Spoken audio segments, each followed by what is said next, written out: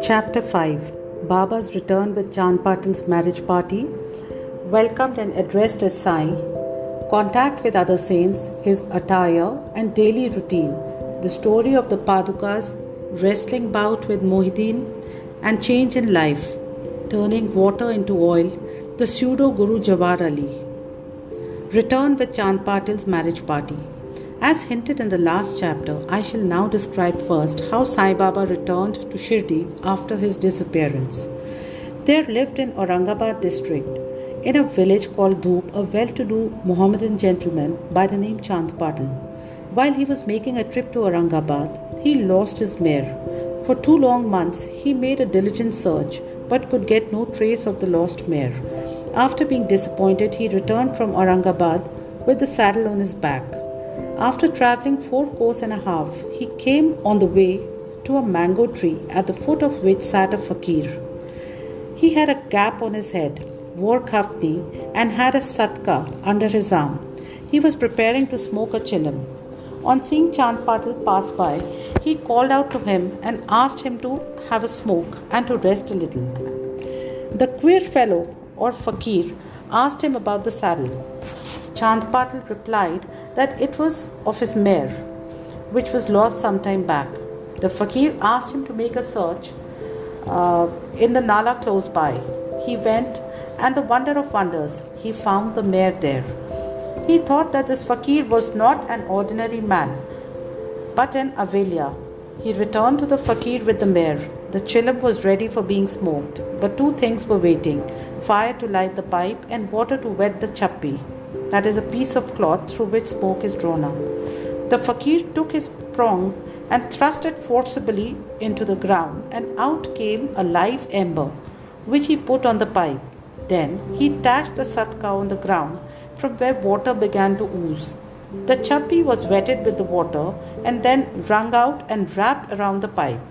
Thus, everything being complete, the fakir smoked the chillum and then gave it also to Chand Patil. On seeing all this, Chand Patil was wonderstruck. He requested the fakir to come to his home and accept his hospitality. Next day, he went to Patil's house and stayed there for some time. Patil was a village officer of Dhoop. His wife's brother's son was to be married, and the bride was from Shirdi. So Patil made preparations to start for Shirdi for the marriage. The fakir also accompanied the marriage party. The marriage went off without any hitch. The party returned to Dhoop, except the fakir, who stayed back in Shirdi and remained there forever. How the fakir got the name Sai. When the marriage party came to Shirdi, it alighted at the foot of a banyan tree in Bhagat Malsapati's field near Khandoba's temple. The carts were loosened in the open courtyard of Khandoba's temple, and the members of the party descended one by one. And the fakir also got down. Bhagat Malsapati saw the young fakir getting down and accosted him, "Ya Sai," welcome Sai. Others also addressed him as Sai, and thenceforth he became Sai Baba. Contact with other saints. Sai Baba began to stay in a deserted masjid. One saint named Devidas had been living in Shirdi for many years before Baba came there. Baba liked his company. He stayed with him in the Maruti temple in the Chavdi and for some time lived alone. Then came another saint by name Janki Das. Baba spent most of his time in talking with him, or Janki Das went to Baba's residence. So also one Vaishya householder saint from Puntambe by name Gangagir always frequented Shirdi. When he first saw Sai Baba carrying pitchers of water in both hands for watering the garden, he was amazed and said openly, "Blessed is Shirdi that it got this precious jewel. This man carrying water today. But he is not an ordinary fellow. As this land was fortunate and meritorious, it secured this jewel." So also one famous saint by the name Anandnath of Yavatmat, a disciple of Akalkot Maharaj, came to Shirdi with some people when he saw Sai Baba. He said openly, "This is a precious diamond in reality. Though he looks like an ordinary man, he is not a god or ordinary stone, but a diamond. You will realize this in the near future." Saying this, he returned to Yevala. This was said while Sai Baba was a youngster. Baba's dress and daily routine. In his young days, Sai Baba grew the hair on his head, never had his head shaved. He dressed like an athlete. When he went to Rahata, he brought with him small plants of marigold, 𝙒𝙖𝙧 and 𝙤𝙖𝙗, and after cleaning them, he planted and watered them. A devotee by name Vaman Tatya supplied him daily with 2 unbaked earthen pitchers. With these pitchers, Baba himself used to water the plants. He drew water from the well and carried the pitchers on his shoulders. In the evening, the pitchers were kept at the foot of the neem tree. As soon as they were placed there, they broke as they were made of mud and not baked. Next day, Tatya supplied 2 fresh pitchers. This course went on for 3 years, and with Sai Baba's toil and effort, there grew a garden. On this site at present stands a big mansion, Samadhi Mandir of Baba, which is now frequented by so many devotees. The story of Padukas under the neem tree. A devotee of Akalkot Maharaj by name Bhai Krishnaji Alibagkar worshipped the photo of Akalkot Maharaj. He once thought of going to Akalkot, take the darshan of the Padukas and offer his sincere prayer there. But before he could go there, he got a vision in his dream. Akalkot Maharaj appeared in the vision and said to him, "Now, Shirdi is my resting place. Go there and offer your worship." So Bhai changed his plan and came to Shirdi, worshipped Baba, stayed there for 6 months and was happy. As a reminiscence of this vision, etc., he prepared the Padukas and installed them on an auspicious day of Shravan, Shaka 1834, under the neem tree with due ceremonies and formalities conducted by Dada Kelkar and Upasni. One Dikshit Brahmin was appointed for worship and the management was entrusted to devotee Sagun. Complete version of this story. Mr. B.V. Dev, retired Mamlatdar of Thana and a great devotee of Sai Baba, made inquiries about this matter with Sagun Meru Nayak and Govind Kalamkar Dikshit, and has published a full version of the Padukas in Sai Leela, volume 11, number 1, page 25. It runs as follows. In 1834 Shaka, one Dr. Ramrao Kothare of Mumbai came to Shirdi for Baba's darshan. His compounder and his friend Bhai Krishanji Alibagkar accompanied him. The compounder and Bhai became intimate with Shagun Meru Nayak and G.K. Dikshit. While discussing things, these persons thought that there must be some memorial of Sai Baba's first advent at Shirdi and is sitting under the holy neem tree. They thought of installing Baba's Padukas there and were going to make them of some rough stone. Then Bhai's friend, the compounder, suggested that if this matter was made known to his master, Dr. Ramrao Kothare, he would prepare nice Padukas for this purpose. All liked this proposal and Dr. Kothare was informed of it. He came to Shirdi and drew a plan of the Padukas. He went to Upasni Maharaj in Khandoba's temple and showed him his plan. The latter made many improvements, drew lotus, flowers, conch, disc, mace, etc., and suggested that the following shloka regarding neem tree's greatness and Baba's yogic powers be inscribed.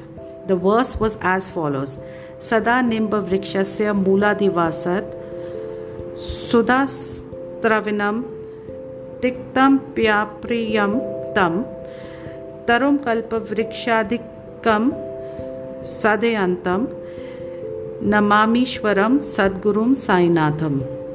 I bow to the Lord Sainath, who by his constant stay at the foot of the neem tree, though bitter and unpleasant, made it was yet oozing nectar. The oozing of this tree is called Amrut, that is nectar, on account of its healing properties, superior than the Kalpa Vruksha, that is the wish-fulfilling tree. Upasani's suggestions were accepted and carried out. The Padukas were made in Mumbai and sent to Shirdi with the compounder. Baba said that they should be installed on Purnima of Shravan. On that day at 11 a.m., G.K. Dikshit brought them on his head from Khandoba's temple to the Dwarka Mai in a procession. Baba touched the Padukas, saying that these are the feet of the Lord, and asked the people to install them at the foot of the neem tree. A day earlier, one Parsi devotee of Mumbai named Pasta Sheth sent rupees 25 by money order. Baba gave this sum for the installation of the Padukas. The total expense of installation came up to rupees 100, out of which rupees 75 were collected by subscriptions. For the first 5 years, G.K. Dixit worshipped the Padukas daily, and then this was done by Lakshman Kacheshwar Jakhadi in the first 5 years. Dr. Kotare sent rupees 2 per month for lighting the lamp, and he also sent the railing round the Padukas. The expense of bringing the railing from the station to Shirdi was seven rupees 50 paisa, and roofing was paid by Shagun Meru Nayak. Now Jakhadi does the worship, and Shagun Meru Nayak offers a nevedya and lights the evening lamps. Bhai Krishnji was originally a devotee of Akalkot Maharaj. He had come to Shirdi at the installation of the Padukas in Shaka 1834 on his way to Akalkot. He wanted to go to Akalkot after taking the darshan of Baba. He asked Baba's permission for this. Baba said, "Oh, what is there in Akalkot? Why do you go there? The Maharaj of that place is here, myself." Hearing this, Bhai did not go to Akalkot. He came to Shirdi off and on, and after installation of the Padukas. Mr. B.V. Dev concluded that Hemadpant did not know these details. Had he known them, he would not have failed to depict them in the Satcharitra. Wrestling bout with Mohideen Tamboli and change in lifestyle. To return to other stories of Baba, there was a wrestler in Shirdi by name Mohideen Tamboli. Baba and he did not agree on some points, and both had a fight. In this, Baba was defeated. Thenceforth, Baba changed his dress and mode of living. He donned kafni and wore a langot and covered his head with a piece of cloth. He took a piece of sackcloth for his bed and was content on wearing torn and worn out rags. He always said that poverty is better than kingship, far better than lordship. The Lord is always brother of the poor. Gangagir was also very fond of wrestling. Once, while he was wrestling, a similar feeling of dispassion descended over him, and at the proper time he heard the voice of an adept saying that he should wear out his body playing with God. So he too gave up sansara and turned towards God realization. He established a mutt on the banks of the river near Potambe and lived there with his disciples. Sai Baba did not mix and speak with the people. He only gave answers when he was questioned. By day, he always sat under the neem tree, sometimes in the shade of a babool tree near the stream on the outskirts of the village. In the afternoon, he used to walk at random and go at times to Nimgaon. There, he frequented the house of Balasaheb Dengle. Baba loved Mr. Balasaheb. His younger brother, named Nana Sahib, had no son, though he married a second wife. Balasaheb sent Nana Sahib for taking darshan of Sai Baba, and after some time, with his grace, Nana Sahib got a son. From that time onwards, people began to come in large numbers to see Sai Baba, and his fame began to spread and reached Ahmednagar. From thence, Nana Sahib Chandorkar and Keshav Chidambar and many others began to come to Shirdi. Baba was surrounded by his devotees during day and slept at night in an old and dilapidated masjid. Baba's paraphernalia at this time consisted of a chillam, tobacco, a tumbrel or a tin pot, long kafni, a piece of cloth round his head, and satka, a short stick, which he always kept with him. The piece of white cloth on the head was twisted like matted hair and flowed down from the left ear on the back.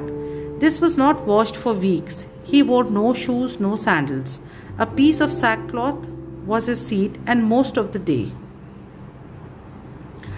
He wore a kaupin, a waist cloth band, and for warding off cold, he always sat in front of Dhuni, facing south, with his left hand resting on the wooden railing. In that Dhuni, he offered an oblation of egoism, desires, and always uttered Allah Malik. God is the sole owner.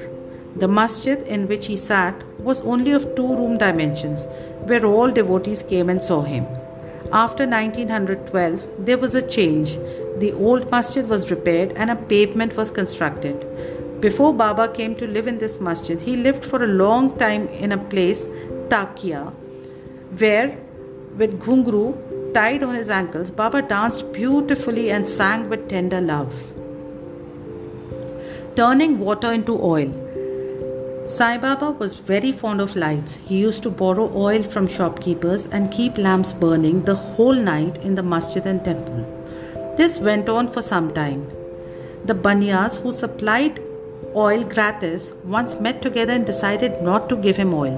When, as usual, Baba went to ask for oil, they all gave him a distinct no. Unperturbed, Baba returned to the masjid and kept the dry wicks in the lamps. The Banyas were watching him with curiosity. Baba took the turmeric, which contained very little oil, put water into it, drank it, and then forced it out to fall into the container.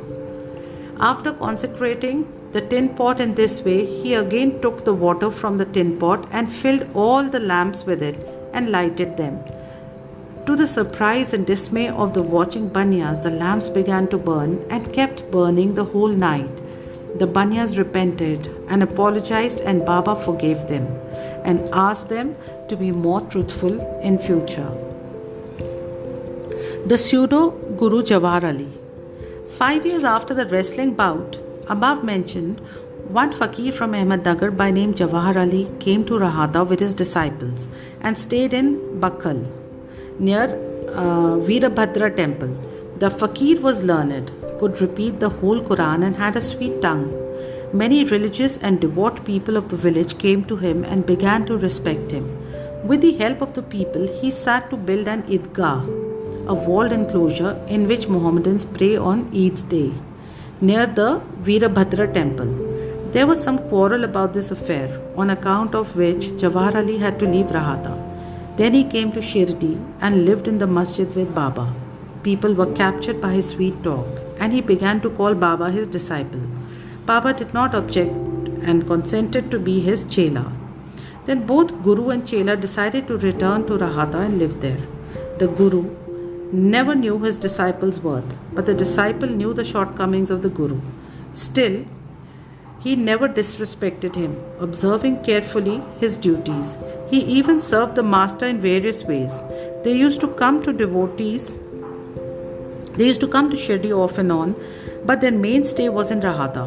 The loving devotees of Baba in Shirdi did not like that Baba should stay away from them in Rahata. So they went in a deputation to bring Baba back to Shirdi. When they met Baba near the Idgah and told the purpose for which they came, Baba said to them that the fakir was an angry, ill-tempered fellow. He would not leave him, and that they should better go back to Shirdi without him before the fakir returned. While they were thus talking, the fakir turned up and was very angry with them for trying to take away his disciple. There was some hot discussion and altercation, and it was finally decided that both the Guru and chela should return to Shirdi. And so they returned and lived in Shirdi. But after a few days, the Guru was tested by Devidas and he was found wanting. 12 years before Baba arrived in Shirdi with the marriage party, this Devidas, aged about 10 or 11 years, came to Shirdi and lived in the Maruti temple. Devidas had fine features and brilliant eyes, and he was dispassion incarnate and a dhyani. Many people, namely Tatya Kote, Kashinath and others, regarded him as their guru. They brought Jawahar Ali in his presence, and in the discussion that followed, Jawahar was worsted and fled from Shirdi. He went and stayed in Bijapur and returned after many years to Shirdi and prostrated himself before Sai Baba. The delusion that he was Guru and Sai Baba his chela was cleared away, and as he repented, Sai Baba treated him with respect. In this case, Sai Baba showed by his conduct how one should get rid of egoism and do the duties of a disciple to attain the highest end, that is self-realization. This story is told here according to the version given by Mahalsapati, a great devotee of Baba. In the next chapter, Ram Navami festival, the masjid, its former condition and later improvement in it, etc. will be described. Bow to Shri Sai, peace be to all.